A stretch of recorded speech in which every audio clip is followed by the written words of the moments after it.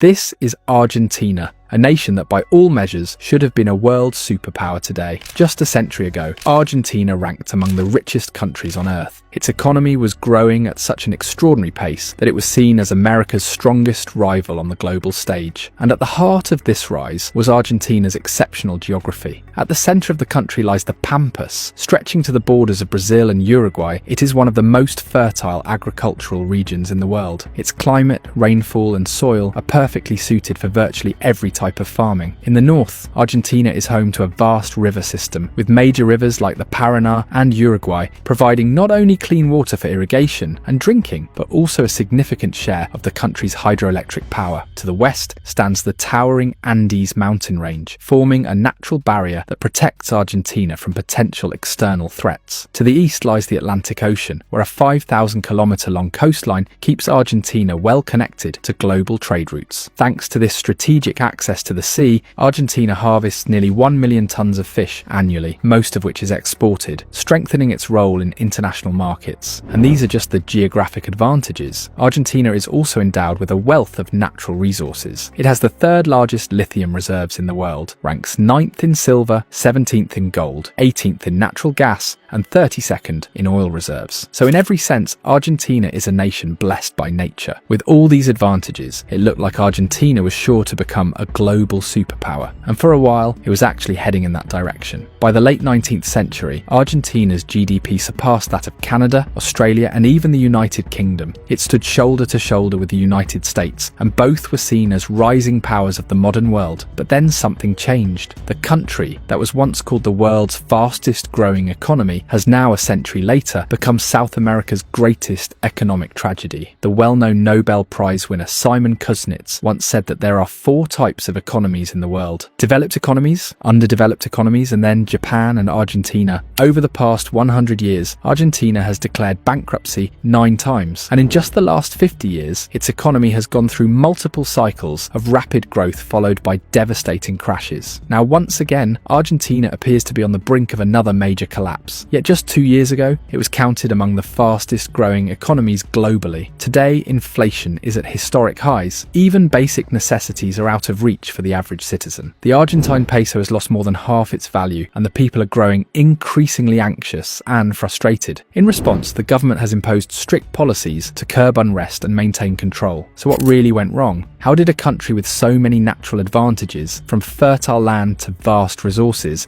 fail to become a world power? This story holds important lessons for all of us, especially economists and policymakers, about how even the most promising countries can end up failing. In this video, we'll examine, why does Argentina's economy seem to collapse every few years? Despite its ideal geography and abundant resources, what has prevented Argentina from rising to global prominence? And finally, can Argentina avoid another impending economic crisis?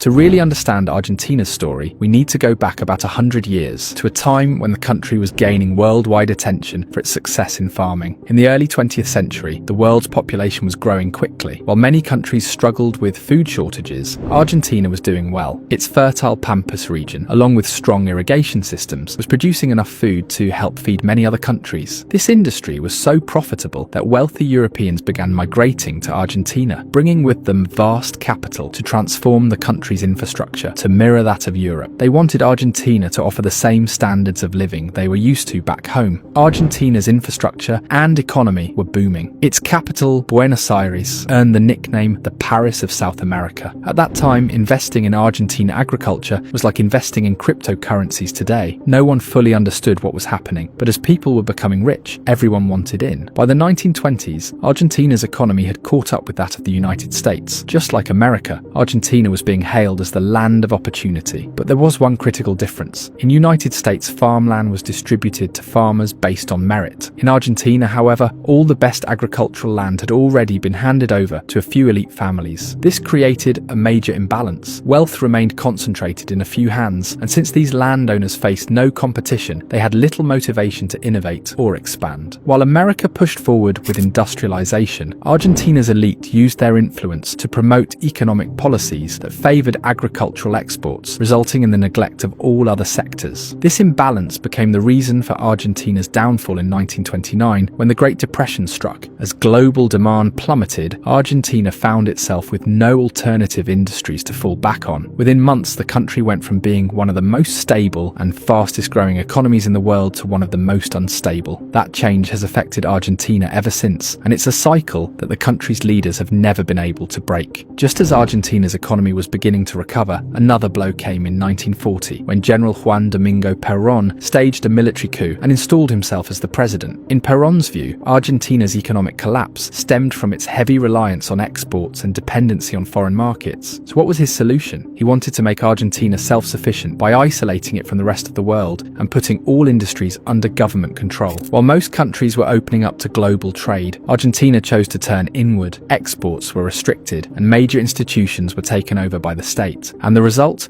Top businesses and exporters started leaving the country. Although Perón was removed from power in the 1950s through another military coup, his economic policies persisted. Argentina effectively became a socialist state, where the government handed out generous subsidies and high salaries. But due to nationalisation, only a handful of industries offered jobs. The private sector had all but disappeared, as most investors had already taken their capital elsewhere. With the economy no longer bringing in enough money, the government struggled to keep its promises to the people, and since the public was used to a high standard of living, cutting those benefits wasn't seen as an option. To cover the gap, Argentina's leaders started borrowing more and printing extra money. This caused inflation to rise sharply, and it became one of the country's biggest problems. Borrowing from organisations like the IMF and the World Bank always comes with conditions. The loans have to be repaid within a set time and at specific interest rates. To meet these requirements, the government had two main choices: either raise taxes to bring in more money or print more currency. But both options push prices up. When more money is printed, people tend to spend more. That increases demand, and higher demand leads to inflation. While Argentina became increasingly trapped in a vicious cycle of debt and money printing, political instability also worsened. Governments were changing every few years, which further worsened the crisis. By the 1980s, Argentina's economic situation had severely deteriorated. To divert public attention from the crisis, Argentina's military dictatorship launched an attack on the Falkland Islands in 1982. However, the operation was unsuccessful, and instead of achieving any significant gains, Argentina ended up bankrupt. To manage this default, the government began printing even more money, which led to skyrocketing inflation. Basic necessities became unaffordable for the average person, and nationwide protests broke out. This cycle continued until 1990, when a new government introduced a drastic policy. It pegged the Argentine peso to the US dollar, meaning Argentina could no longer print money at will. Since for the past 30 years the country had been financing its expenses primarily by printing currency, this new system came as a major setback. And there was now only one way to fill the gap, which was foreign loans. The government once again turned to the IMF, taking on heavy loans to keep the economy afloat. To win over voters, it launched unaffordable development projects. At first, this approach brought short-term economic growth, but every 3 to 5 years, when loan repayments were due, the economy would crash again. We've seen the exact same pattern in recent years in countries like Pakistan. Political parties make big promises to win elections, but once they're in power, they realise there's not enough money to keep those promises. So they return to the IMF, take out more loans, start a few projects to win public support, even though the government can't really afford them, and then wait for the next election. The next government comes in, inherits the debt, and to avoid losing popularity, borrows even more. And this cycle of debt keeps repeating, with no end in sight. In the last 20 years, this has been Argentina's reality. The country experiences brief periods of economic boom, followed by devastating crashes every few years. And now it once again appears that Argentina is heading toward a major economic collapse. So what needs to happen to stop this? First and foremost, Argentina must get its spending under control. The public needs to be given realistic expectations, and the country must learn to say no to IMF loans. Yes, there will be short-term consequences. People will have to make sacrifices. Salaries may decrease, taxes may rise, and government benefits may be reduced. But in the long term, this is the only path to breaking the cycle of debt. Secondly, Argentina must open itself up to global trade. Despite having an exceptional maritime position, Argentina's share in global trade is shockingly low. To boost trade, it must modernize its agriculture sector and adopt new technologies. The policy of cutting itself off from the world must finally come to an end, because in today's age of globalization, you cannot innovate without being connected. Third, and perhaps most importantly, political stability is essential. No investor wants wants to invest in a country where the future is uncertain? If the people living in the country aren't sure what the future holds, why would anyone from outside choose to invest there? Argentina is, without a doubt, a gifted nation. With the natural resources that nature has blessed it with, Argentina still has the potential to become a global superpower. Argentina and the United States show just how important long-term planning really is. In the US, leaders looked ahead, made smart decisions, and focused on merit. That's why today, America is the world's largest economy. Argentina, on the other hand, kept making poor choices. Even though it was once on the same level as the US, it has now fallen far behind. These are the sources we consulted while creating this video. If you enjoy the content on our channel, we kindly request you to subscribe. It may seem like a small gesture to you, but it gives us tremendous motivation. We'll see you in the next video with another fascinating topic. Take care of yourself.